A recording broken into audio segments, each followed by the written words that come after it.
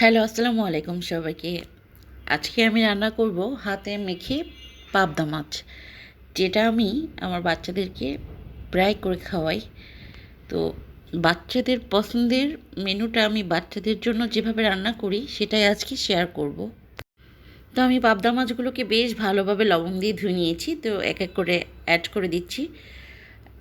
১ চা চামচ পেঁয়াজের পেস্ট, ১ চা চামচ রসুনের পেস্ট, হাফ চা চামচ জিরা পেস্ট। তারপর দিয়ে দিচ্ছি ১ চা চামচের মতো সরিষা বাটা। আমি এখানে কালো সরিষাটা নিয়েছিলাম। তো তারপর এক এক করে অ্যাড করে দিচ্ছি পরিমাপ মতো হলুদের গুঁড়া, দিয়ে দিচ্ছি খুবই সামান্য পরিমাপে, লাইক হাফ চা চামচের মতো ধনিয়া গুঁড়া।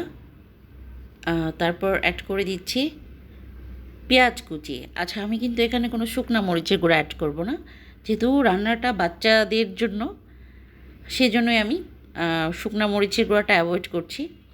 তো তারপর দিয়ে দিচ্ছি স্বাদ মতো লবণ।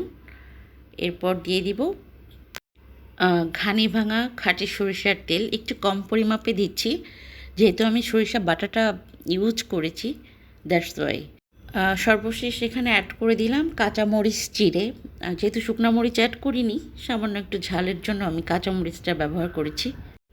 তো এরপর যেটা করছি, একদম হাতে মেখে নিচ্ছি।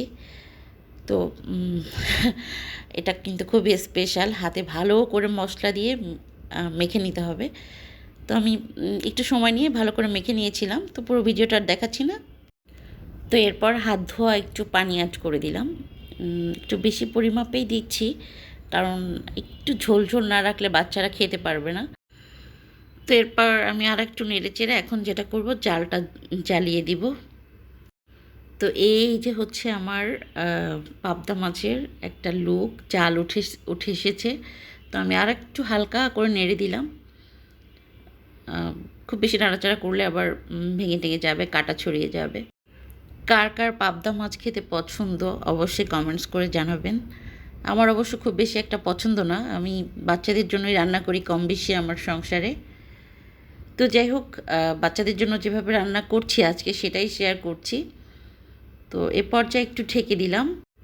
তো এ পর্যায়ে একটু ঢাকনা উঠিয়ে দেখাই কী অবস্থা। এই যে হচ্ছে আমার পাবদা মাছের কারি। ঝোল টোল অলমোস্ট টেনে এসেছে। তো আমি আর একটু টানিয়ে নামিয়ে ফেলবো। তো খুব বেশি টানাবো না, আবার খুব বেশি ঝোলও রাখবো না, মাঝামাঝি টাইপের একটা। ফাইনালি রান্না কিন্তু হয়ে গিয়েছে। আমি একটু ফাইনাল লুক দেখিয়ে দিচ্ছি। খুবই মজার একটা খাবার, আই গেস সবাই কম বেশি পছন্দ করেন। তো আমিও রান্নাবান্না করি আমার বাচ্চাদের জন্য ঠিক এই স্টাইলেই। আর বড়রা খেলে তো অবশ্যই একটু ঝালটাল বেশি দিতে হবে। তো এই ছিল আমার ছোট্ট একটি ভিডিও, আশা করছি ভালো লাগবে। আল্লাহ হাফিজ সবাইকে।